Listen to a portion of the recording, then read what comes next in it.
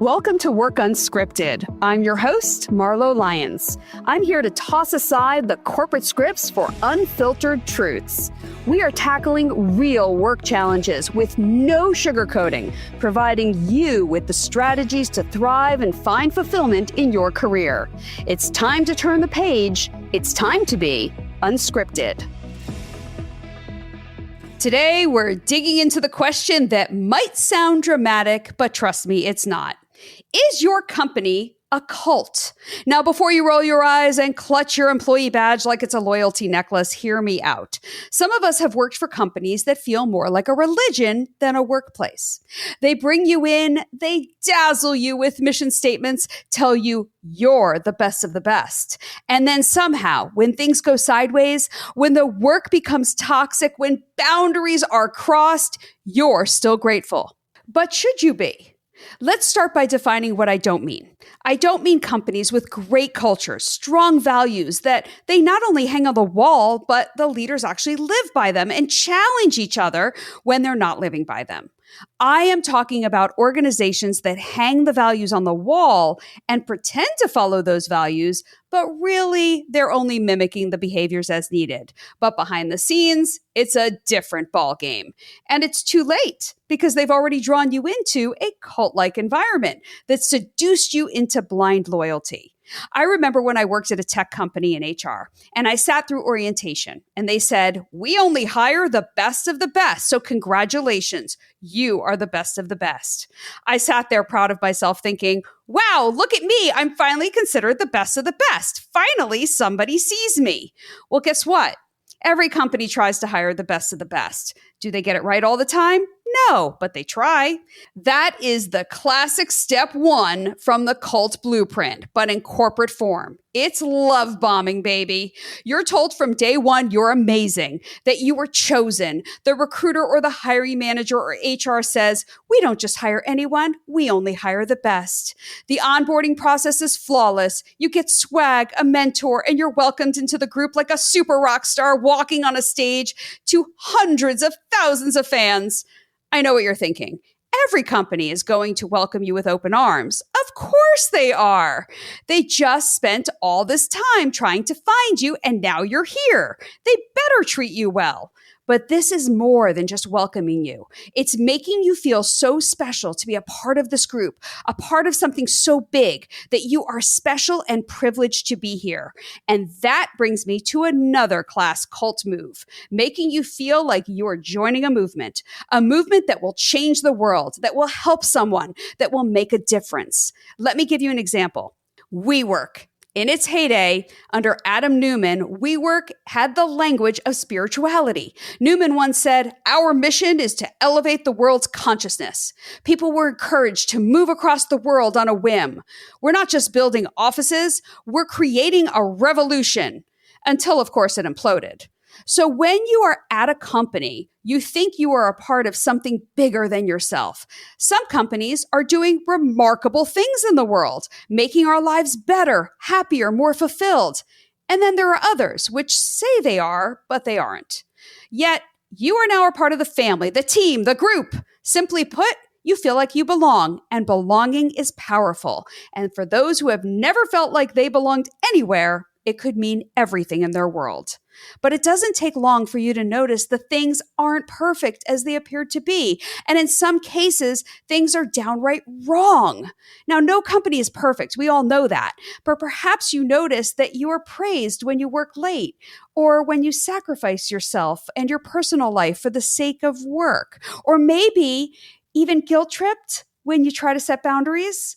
All of the sudden, you find yourself saying, well, it's not even the pay that keeps me here or the stock or the benefits. It's the people. It's the mission. It's the FOMO, the fear of missing out on what is to come. The company is doing so many amazing things. I don't want to miss it. Oh, and they just threw the coolest summer party. Such a wonderful thing to do. But then you see promotions being given to loyalists, not the best employees. And dissent or constructive challenges are punished, and you're told you simply aren't adapting to change well. This, my friends, is emotional manipulation, aka gaslighting. That's right, stuff is happening all around you, and if you notice it, you're the problem. Guess what? That's not culture. That's indoctrination. So you find yourself becoming burned out, working harder than ever, living your life on a treadmill that simply won't stop. And here's the kicker. There is that ever so subtle, or maybe not so subtle, belief that people who leave are weak or weren't a fit. Skepticism is seen as negativity. You're either in or you're out. I remember when I was a TV news reporter, anyone who left the business was talked about after they left as someone who simply couldn't hack it. Actually, they realized they wanted their nights, their weekends, their holidays free, and they didn't want to stand in front of a dark building at 10 p.m. when the meeting ended at 5 p.m. to do a live shot. They wanted a life and a respectable paycheck. But those who stayed behind were pumped up because they were stronger and they fought through to stay when that person quit. So you're miserable, sad, maybe even depressed, not feeling valued, overworked, exhausted, and feeling convinced you must stay. Is this resonating with any of you? So let's ask the big question. How do you know if you're in a company cult or you're simply in a bad company? Here are some signs. Number one, you defend the company more than yourself. When friends or family point out how stressed you are, do you respond with, "Yeah, but I love the people"? Or, "The company is doing such great things"? You are focused on the company and not your overall fulfillment and well-being. That's the first sign. Number two, you fear disappointing leadership more than failing the job. You want them to be proud of you, to give you praise, to make you feel valued, instead of feeling valuable all on your own. Number three, you feel special for working there, even if you're unhappy. Your company is in the news. Woohoo! Your company is the company everyone is talking about, or so you think. I remember telling people I worked at Roku, what I thought was the hottest company on the planet that everyone was talking about. Guess what? Most of my friends had no idea what it was at the time. It was a wake-up call. 4, people who leave suddenly are ignored. Or worse, they are talked about as quitters, or not committed enough, or not that great of a talent anyway.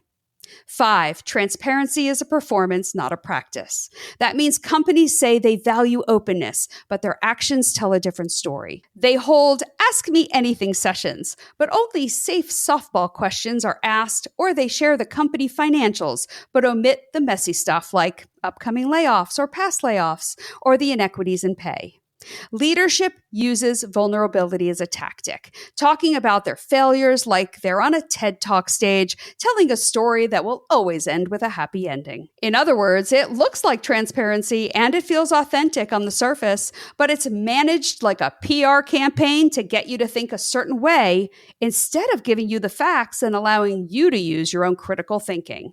And unfortunately, the real kicker to all of this is when bad things happen, you will experience gaslighting, micromanagement, impossible deadlines, and you will blame yourself for staying, for failing, for feeling like you should be able to do better. But what if, just what if, you are under a spell and you just need to snap out of it? How can you just snap out of it? Well, first, start listening to your own doubts. Is your inner voice raising red flags? That's your truth trying to sneak out. Your intuition is your truth. Don't ignore it.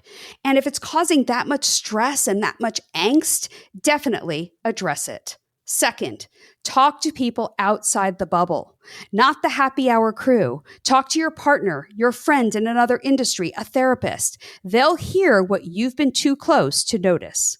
Third, audit your loyalty. Ask, am I loyal to the work or the idea of the company or what the company used to be but isn't anymore? Am I staying out of purpose or out of fear? That old proverb, better the devil you know than the devil you don't. If you move to another company, what if it's exactly the same? Look at the company unbiased. And would you take a job at this company knowing what you know today? And finally, know that loving your coworkers is not a reason to stay. You can love the people and still leave the company.